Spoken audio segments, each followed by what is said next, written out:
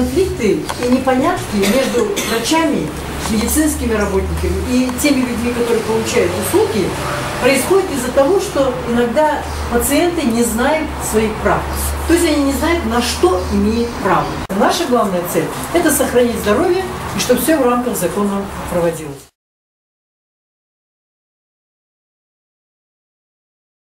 Я Лямкина Нина Васильевна.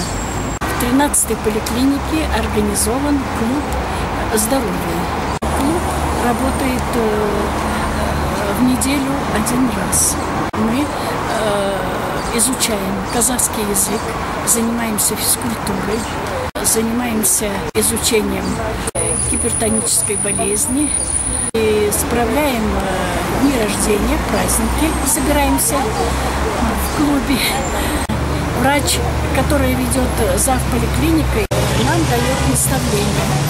Занимаемся шахматы, шашки, рисуем, в общем, проводим досуг, ходим в корейский театр, смотрим концерты корейские.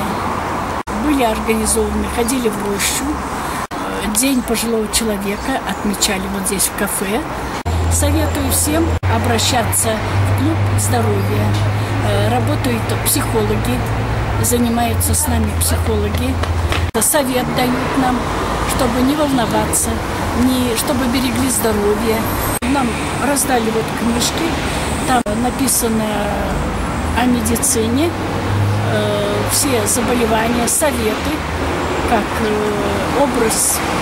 вести образ жизни свой, как улучшить свое здоровье.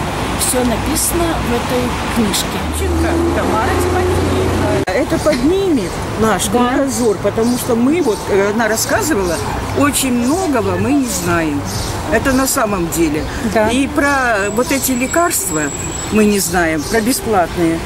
Вот, я вообще не знала, что есть такие лекарства. Клавдия Романовна тоже бегает, не может никак выбить себе. Вот это нам очень поможет. Потом там про заболевания, по-моему, тоже про какие-то, да? Вот. Тоже мы никакие заболевания, вот только вот у кого колени, у кого там печень, у кого там вот это только. Ющенко Клавдия Романовна. Я труженик тыла. Мне 84 года.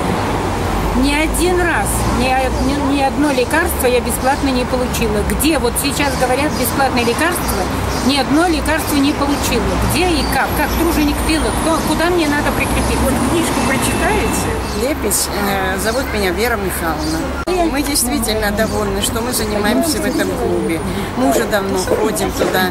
Мы с этой книги берем какие-то информации, но мы не только для себя это познаем. Мы говорим своим соседям, бабулечкам, которые говорим, приходите туда, сюда, и доводим информацию до населения.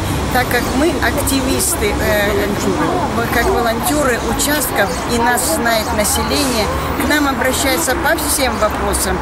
И мы стараемся все рассказать. Мы очень довольны, что мы сюда ходим и сами чего-то черпаем. И информацию доносим до населения. Все, конечно, прийти не могут, но мы стараемся до населения всю эту информацию довести. Больного срочной операции, так они не делают до тех пор, пока не уплатят деньги. Вот вы эту книгу с собой возьмете, и когда с вас будут деньги требовать, откроете статью, скажите: Айналайны, вот здесь книга права или ты? И вот это покажите. Не бойтесь, не бойтесь, не бойтесь.